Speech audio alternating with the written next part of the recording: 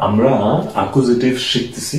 অ্যাকুজেটিভের grammar পার্টটা আমরা দেখার চেষ্টা করছি এবং সেটার আর্টিকেলের ব্যবহার দেখছি। প্রেস্টিংটা আর্টিকেলে কি হবে, উনপ্রেস্টিংটা আর্টিকেলে কি হবে। কিন্তু মজার বিষয় হচ্ছে ভাষা শেখার ক্ষেত্রে আমি যতই গ্রামার বুঝি না কেন, আমি যখন ওই গ্রামারের পার্টটা একটা অ্যাপ্রোপ্রিয়েট উদাহরণের মাধ্যমে প্রেজেন্ট না করতে পারবো ততক্ষণ না পর্যন্ত আমার কাছে আমি পার্সোনালি মনে করি যে এই জিনিসটা আমার কাছে ক্লিয়ার না। তো এই জন্য হচ্ছে ভাষা শেখার ক্ষেত্রে উদাহরণ বাক্যের কোনো বিকল্প নাই, ঠিক আছে। তো এটা এই জন্য আমরা আজকে উদাহরণস্বরূপ অ্যাকুজেটিভের 3 থেকে 4টা আমরা উদাহরণ বাক্য করব, যেগুলো আপনাদের হচ্ছে পুরো গ্রামারের যে পার্টটা সেটা বুঝতে সহায়তা করবে।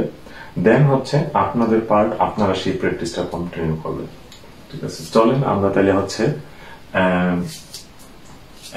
উদাহরণ বাক্য বলে শুরু করি।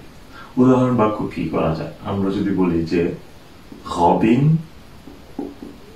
hat einen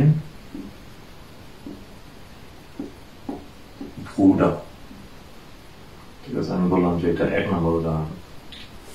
তো এখানে কি হয়েছে আমরা জানি হচ্ছে আমরা কে কথা বলতেছি অথবা কাকে নিয়ে কথা হচ্ছে, আমরা রবিনকে নিয়ে কথা বলতেছি। রবিন হচ্ছে সাবজেক্ট। সেকেন্ড পজিশনে আমাদের সচরাচর যেটা চলে আসার ভার্ব চলে আসছে। এরপরে যে অংশটা আসছে মানে রবিনের আছে, রবিনের কি আছে, এই যে কি আছে, এই যে কি উত্তর হিসেবে কি আছে, রবিনের একটা ভাই আছে। সো এই যে কি আছে এটা জেনারেলি হচ্ছে অবজেক্ট, এবং আমাদের ক্ষেত্রে এটা কি হয়েছে, এটা হয়ে গেছে অ্যাকুজেটিভ। কারণ কেন?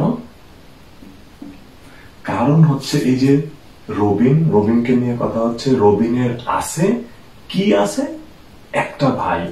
এবং যেহেতু হচ্ছে ব্রুডার মানে মাস্কুলিন, দেয়ার ব্রুডার, সেই জন্য এই যে অনির্দিষ্টের একটার জন্য দেয়ার আইনেন হয়ে গেছে, যেটা আমরা আগের ভিডিওগুলোতে দেখছি।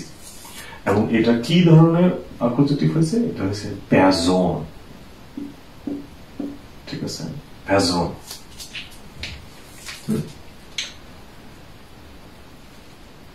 অবজেক্ট অ্যাকুজেটিভ হয়ে গেছে, পারসন হয়ে গেছে। এখন আমি যদি আবারও বলি যে অন্য একটা বাক্য দিয়ে বলি যে er kauft das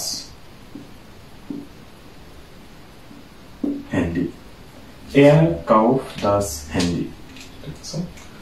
একই ধারা আমাদের এখানে কি আছে, সাবজেক্ট, এটা এর, সে। এই কে এটা রবিন হইতে পারে, কল্পনা করে না। সে কাউফট, কাউফ কোথা থেকে আসছে? কাউফট আসছে হচ্ছে জার্মান ভাষায় কাউফেন থেকে। কাউফেন হচ্ছে কেনা, কোনো কিছু কেনা, খরিদ করাকে বলা হয় কাউফেন। সো এর সাথে কনজুগেট হয়ে সেটা হয়ে গেছে কাউফট, এর কাউফট। সে কিনে, সে কি কিনে, এই যে কির অ্যান্সারটা হচ্ছে কি, এই যে আমাদের এখানে আসছে অবজেক্ট হিসাবে। এবং এটা কি আমরা জানি, এটাই হচ্ছে আমাদের অ্যাকুজেটিভ পার্ট, ঠিক আছে।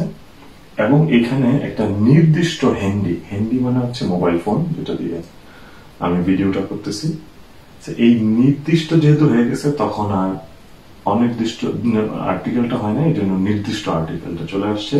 এবং অ্যাকুজেটিভে দাস হ্যান্ডি থেকে যায়, এই জন্য হচ্ছে সেটা হয়ে গেছে দাস হ্যান্ডি। এবং এটা কি, এটা হচ্ছে অ্যাকুজেটিভ এবং এটা হয়ে গেছে জাখে,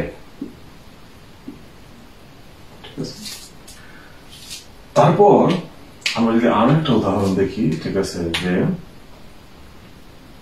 3 নম্বর হিসাবে আমরা হচ্ছে কি দেখতে পারি যে লিজা hat eine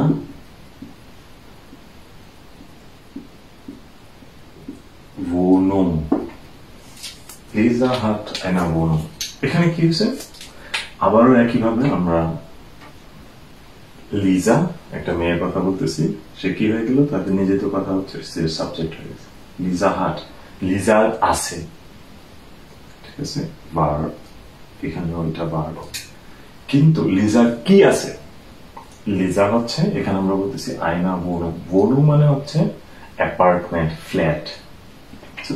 এই পার্টটা কি হয়ে যাবে, এইটাই হচ্ছে আমাদের অবজেক্ট। লিজার একটা অ্যাপার্টমেন্ট আছে, এই যে একটা কোন নির্দিষ্ট করে বলা নাই, এই জন্য হয়ে গেছে আয়না।